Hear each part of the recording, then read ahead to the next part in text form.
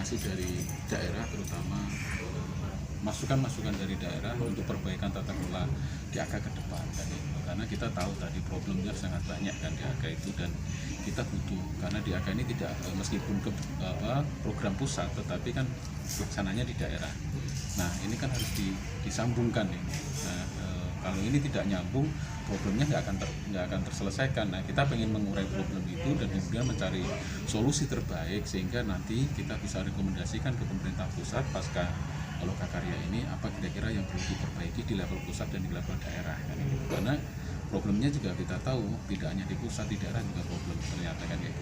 Meskipun kalau kita lihat dari diskusi tadi dominasi problemnya memang dari pusat kan, karena terkait dengan juknis, terus petunjuk operasional macam-macam itu kan pusat semua, daerah kan hanya melaksanakan saja kan kayak gitu. Nah itu sih tujuannya yaitu untuk merumuskan rekomendasi untuk perbaikan tata kelola DAK itu.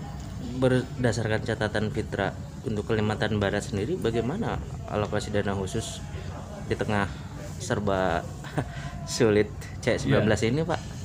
Kalau Fitra amati kan banyak tuh nggak ada yang dana-dana langsung kayak gitu, boleh nggak sih kayak gitu? Ya kalau kita lihat dari kan ngeri juga tuh penyimpangan. Iya. Nah gitu Pak. Ya saya kira terkait dengan anggaran yang dikucurkan ke daerah, terutama misalnya kayak di Kalbar ya, Kalimantan Barat itu kan memang beberapa sumber, ada dana alokasi khusus, ada dana alokasi umum, ada dana transfer dana desa dan macam-macam. Nah saya kira itu memang perlu dilakukan upaya kontrol yang baik, terutama dari kelompok masyarakat, termasuk teman-teman media itu perlu melakukan pengawasan.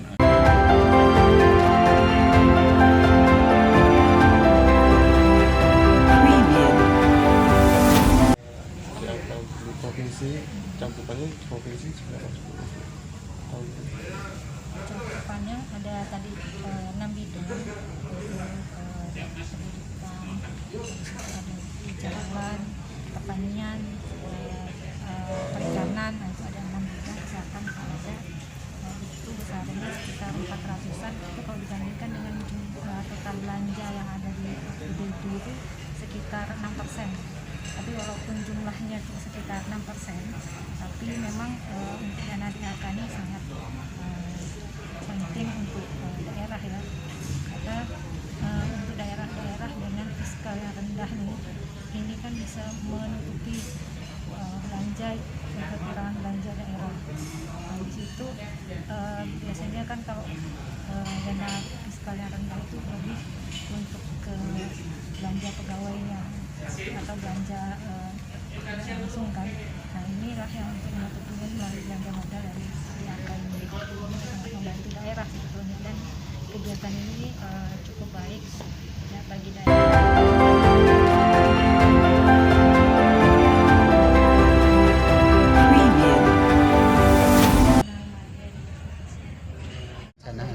Bangunan ada perbaikan dalam tata kelola pengelolaan di LKPD, di KUA PPAS, tapi dana dari pusat belum ditetapkan. Salah satu kendala juga. Udah itu mengenai petunjuk operasionalnya juga terlambat juga, sehingga pada tahapan tahun pelaksanaan harus dilakukan perubahan di DPA, di perwa APBD-nya.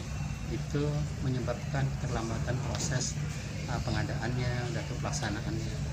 Belum lagi memang ada masalah tadi, bukan hanya masalahnya di pusat, juga di daerah kan juga biasanya ada mutasi segala macam, itu kan menyebabkan SDM yang tadi yang memang sudah terlatih menangani itu sudah berpengalaman diganti yang baru, tentu itu menyebabkan biasa proses pun ya terlambat juga.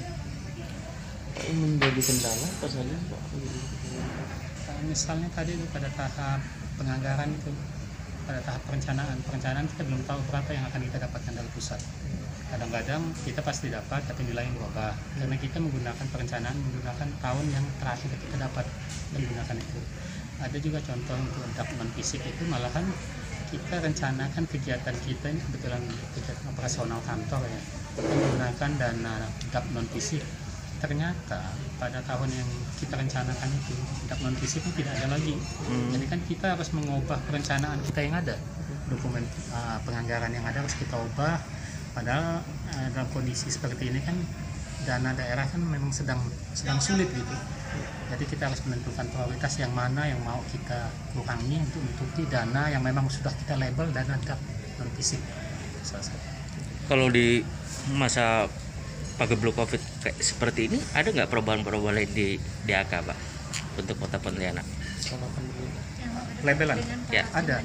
apa Jadi- aja, Pak?